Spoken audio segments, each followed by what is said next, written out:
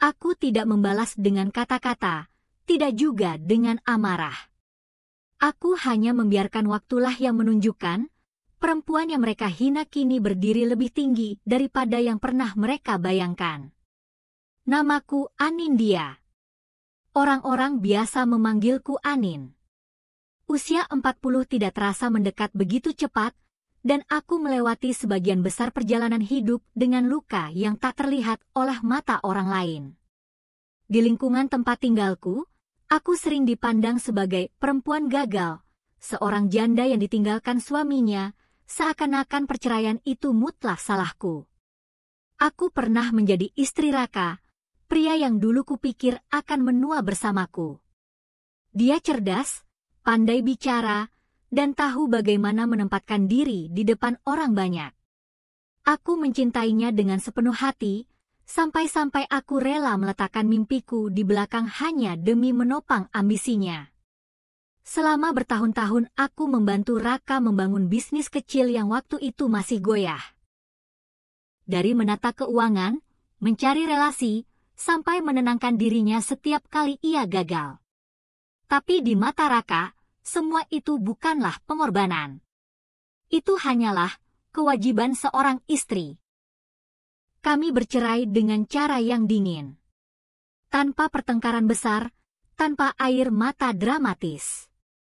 Hanya sebuah percakapan kaku di meja makan, di mana Raka menyatakan bahwa aku tidak sejalan lagi dengan visi hidupnya.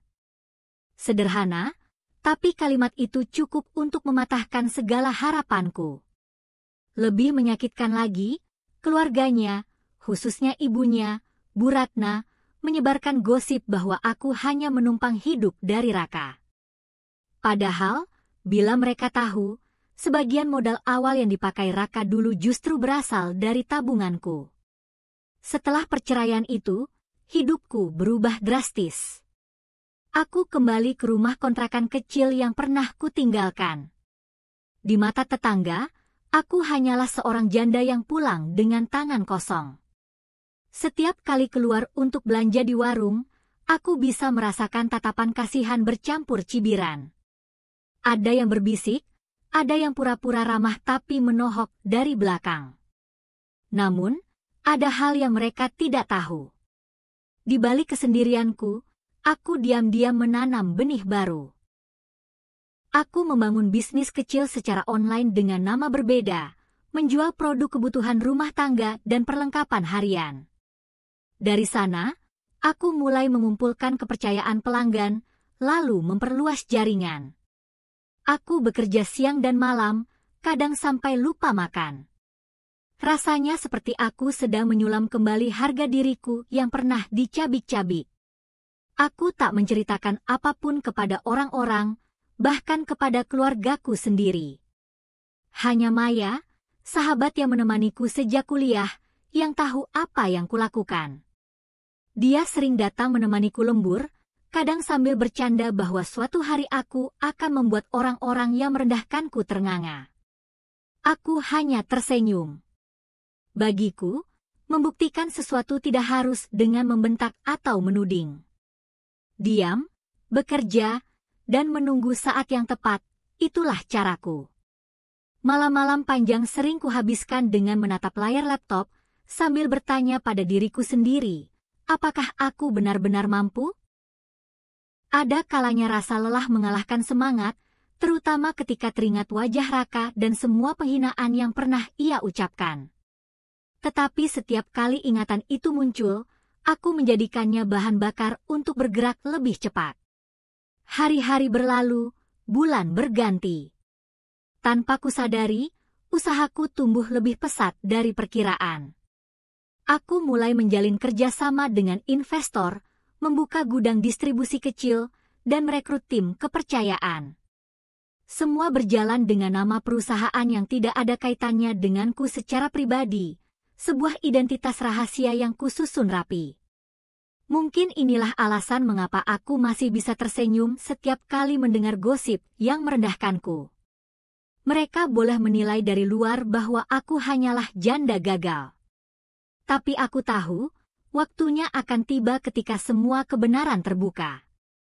Aku Anindya bukan perempuan lemah seperti yang mereka kira. Luka yang mereka tinggalkan padaku bukan akhir dari segalanya.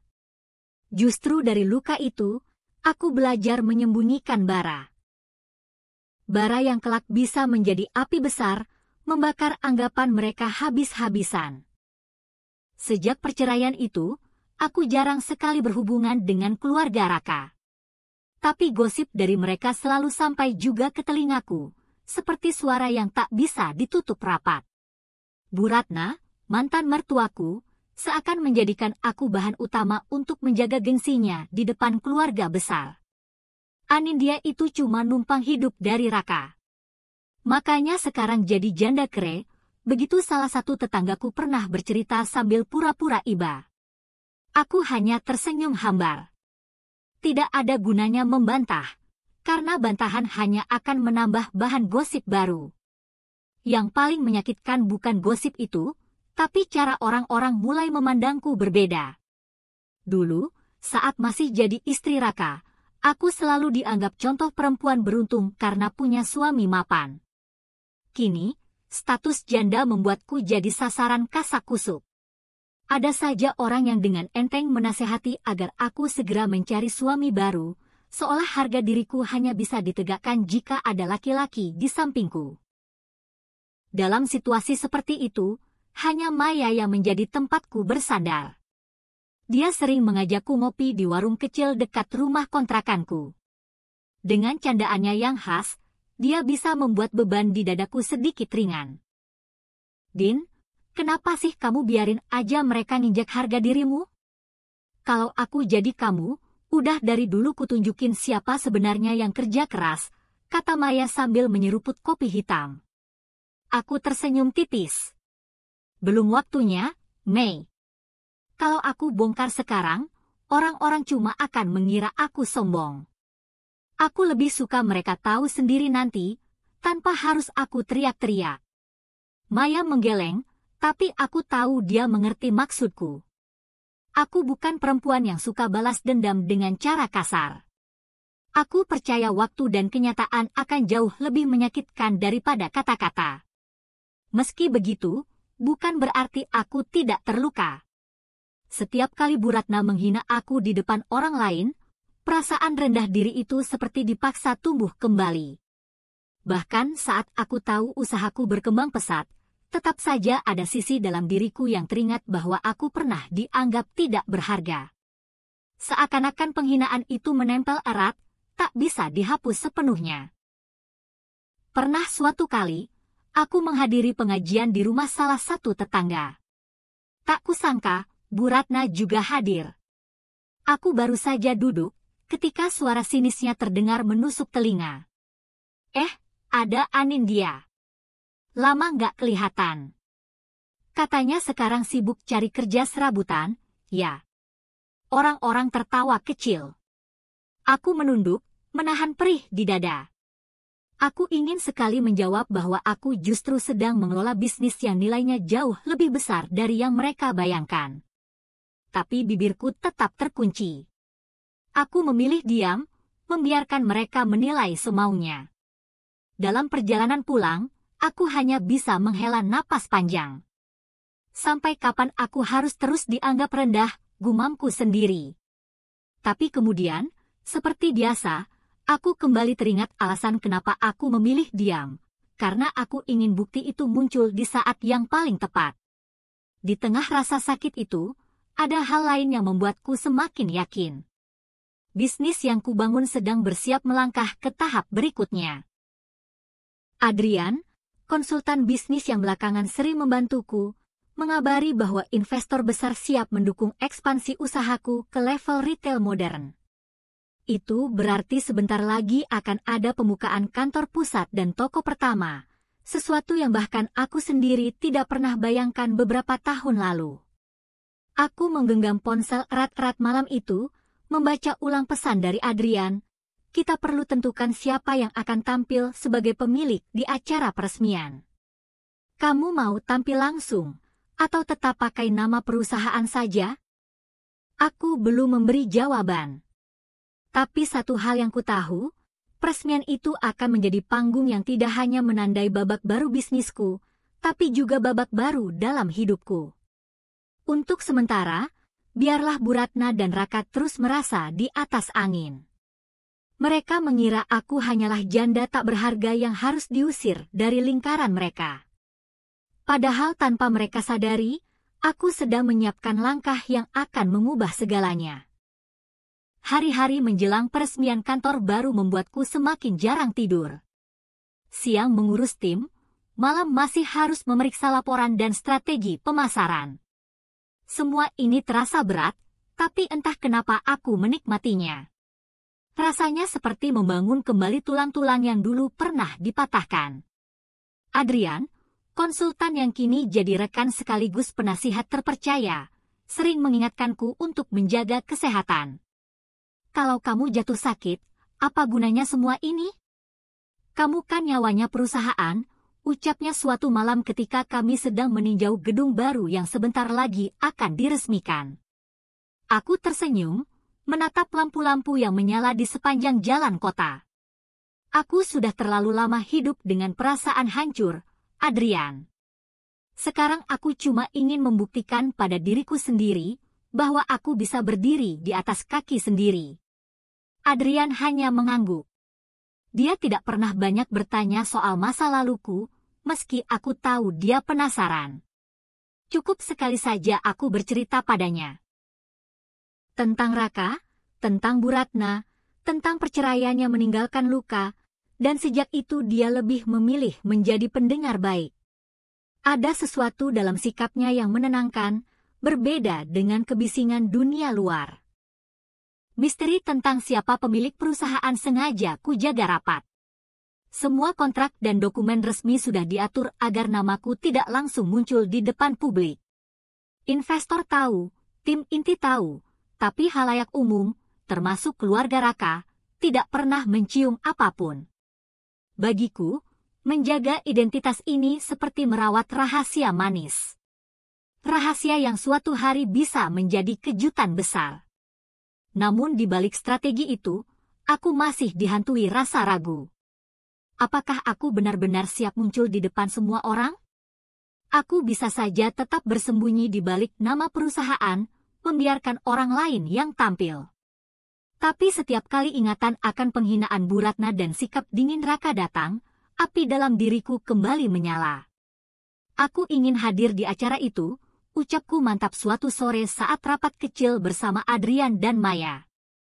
Maya menepuk tanganku, wajahnya penuh semangat.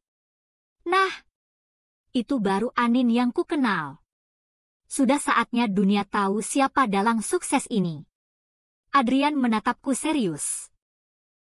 Kalau begitu, kamu harus siap dengan segala konsekuensinya. Termasuk kalau orang-orang dari masa lalumu ada di sana. Aku menarik napas dalam-dalam. Itulah yang sebenarnya kutunggu. Bukan sekadar peresmian kantor, tapi juga kesempatan menghadapi luka lama. Hari-hari berikutnya aku berlatih menata diri. Aku membeli pakaian sederhana tapi elegan, sesuatu yang mencerminkan perubahan tanpa kehilangan jati diri. Aku belajar berbicara di depan cermin, mengucapkan kalimat singkat yang akan jadi sambutan. Meski jantungku berdegup setiap kali membayangkannya, aku tahu ini saatnya berhenti bersembunyi. Lalu datanglah kabar yang membuat darahku berdesir, Raka dan keluarganya menerima undangan peresmian. Rupanya salah satu relasi bisnis mereka juga menjadi rekanan kami, sehingga nama mereka otomatis masuk daftar tamu. Aku terdiam lama setelah membaca daftar itu. Maya yang duduk di sampingku langsung bereaksi keras. Din, ini kesempatan emas. Bayangin wajah mereka kalau tahu yang mereka hina-hina ternyata pemilik di sini. Aku hanya tersenyum kecil. Di dalam dadaku, ada campuran antara takut dan antusias. Seperti berdiri di tepi jurang, tapi juga melihat sayap yang mulai tumbuh di punggungku. Malam itu aku tak bisa tidur. Aku membayangkan momen ketika bertemu mereka di lobi, mungkin tatapan sinis Bu Ratna, mungkin komentar merendahkan dari Raka. Aku tahu, mereka tidak akan pernah mendugaku berada di posisi ini. Aku menggenggam erat sebuah buku catatan lama, buku tempatku menuliskan semua mimpi dan luka sejak awal perceraian. Di halaman terakhir, aku menuliskan satu kalimat pendek. Aku akan kembali, bukan untuk meminta pengakuan, tapi untuk menunjukkan bahwa aku tak pernah runtuh. Ya, api itu sudah membara. Aku hanya perlu menunggu panggungnya. Dan panggung itu kini sudah di depan mata. Peresmian kantor pusat, tempat segalanya akan berubah. Hari yang kutunggu akhirnya tiba. Pagi itu aku berdiri lama di depan cermin, mencoba menenangkan detak jantungku yang tak terkendali. Aku mengenakan gaun sederhana berwarna krem dengan potongan rapi. Tidak mencolok, tapi cukup elegan untuk menunjukkan bahwa aku bukan lagi perempuan yang dulu mereka pandang rendah. Din, kamu siap? Maya menyembul dari balik pintu kamar, matanya berbinar-binar. Aku mengangguk. Lebih siap dari sebelumnya. Kami berangkat bersama menuju gedung baru yang akan diresmikan. Dari kejauhan, spanduk besar dengan nama perusahaanku terpampang megah. Aku menahan napas, membiarkan rasa haru itu membuncah sebentar. Semua kerja keras, air mata, dan luka, akhirnya berbuah nyata. Saat melangkah masuk ke lobi, tatapan orang-orang langsung tertuju padaku. Beberapa tamu berbisik-bisik, mungkin heran melihatku berjalan dengan penuh percaya diri. Aku menegakkan punggung, meski di dalam dada ada gemuruh yang tak bisa sepenuhnya kutenangkan. Lalu mataku menangkap sosok yang familiar, Raka. Ia berdiri dengan setelan jas rapi, ditemani Bu Ratna yang tampak anggun dalam kebaya hijau. Jantungku seperti berhenti sejenak. Mereka juga melihatku, dan dalam sekejap wajah Bu Ratna berubah sinis. Anindya, suaranya lantang, menarik perhatian orang di sekitar. Ngapain kamu di sini? Ini acara resmi, bukan untuk orang-orang yang numpang datang. Beberapa tamu menoleh, sebagian terdiam canggung. Raka ikut menambahkan dengan nada merendahkan, kamu salah masuk, Nin. Tempat ini bukan kelasmu. Aku menelan ludah, mencoba menahan gejolak dalam dada. Maya di sampingku sudah ingin membalas, tapi aku menahan tangannya. Aku tahu ini saatnya aku sendiri yang berdiri. Aku diundang, jawabku tenang. Bu Ratna tertawa kecil, penuh ejekan. Diundang? Jangan mimpi, Anindya. Tidak ada yang mau mengundang mantan istri gagal ke acara sebesar ini. Aku bisa merasakan tatapan tamu lain menusuk ke arahku. Rasa malu memang sempat menguasai, tapi lebih kuat lagi ada dorongan di dalam hati, biarlah mereka mempermalukanku sekarang. Sebentar lagi mereka sendiri yang akan tersentak. Aku melangkah pergi, meninggalkan mereka dengan kepala tegak. Di belakangku, masih kudengar Bu Ratna bergumam meremehkan. Dasar tidak tahu diri. Suasana semakin ramai ketika MC mulai membuka acara. Musik mengalun, lampu sorot menyoroti panggung. Aku duduk di kursi depan, tepat di barisan tamu kehormatan. Sekali lagi ku dengar bisikan-bisikan di sekelilingku, ada yang bertanya-tanya siapa sebenarnya aku, ada juga yang curiga aku salah duduk. Saat MC menyebutkan daftar tamu penting, nama Raka dipanggil sebagai rekanan bisnis. Tepuk tangan bergema, dan ia maju dengan percaya diri. Aku menatapnya dari kejauhan, wajah yang dulu begitu kucintai tapi kini hanya mengingatkanku pada luka. Kemudian MC beralih ke bagian yang paling kutunggu, pengenalan pemilik perusahaan. Hadirin sekalian, mari kita sambut sosok visioner di balik berdirinya perusahaan ini. Beliau adalah... Aku bisa merasakan jantungku berdetak keras, bahkan mungkin terdengar ke telinga orang di sebelahku. Semua tatapan tertuju ke arah panggung. Aku tahu, sebentar lagi semua akan berubah. Di barisan tamu, kulihat Bu Ratna bersandar santai dengan wajah tak sabar. Seolah yakin yang akan muncul adalah seorang pengusaha besar yang sama sekali tidak ada kaitannya denganku. Tapi aku tahu, hanya beberapa detik lagi semua senyumnya akan membeku. Beliau adalah Anindya Prameswari. Suara MC menggema jelas di aula besar itu. Sesaat dunia seperti berhenti berputar. Semua orang terdiam, dan aku bisa mendengar bisikan kecil mulai menyebar di antara tamu. Aku berdiri perlahan dari kursiku. Sinar lampu sorot menelusuri langkahku saat aku berjalan ke panggung. Gaun krem yang kupakai terasa lebih berat dari sebelumnya, tapi kakiku mantap melangkah. Aku melihat wajah-wajah yang membelalak, beberapa tak percaya, sebagian lain bingung. Di barisan depan, ekspresi Raka berubah kaku. Ia menoleh ke kanan dan kiri, seolah ingin memastikan apakah ia tidak salah dengar. Sedangkan Bu Ratna wajahnya membeku, mulutnya setengah terbuka, tak mampu menyembunyikan keterkejutannya. Aku menahan senyum kecil. Aku berdiri di podium, memandang kerumunan. Untuk sesaat aku menarik napas panjang, lalu memulai. Terima kasih atas kehadiran Bapak dan Ibu sekalian.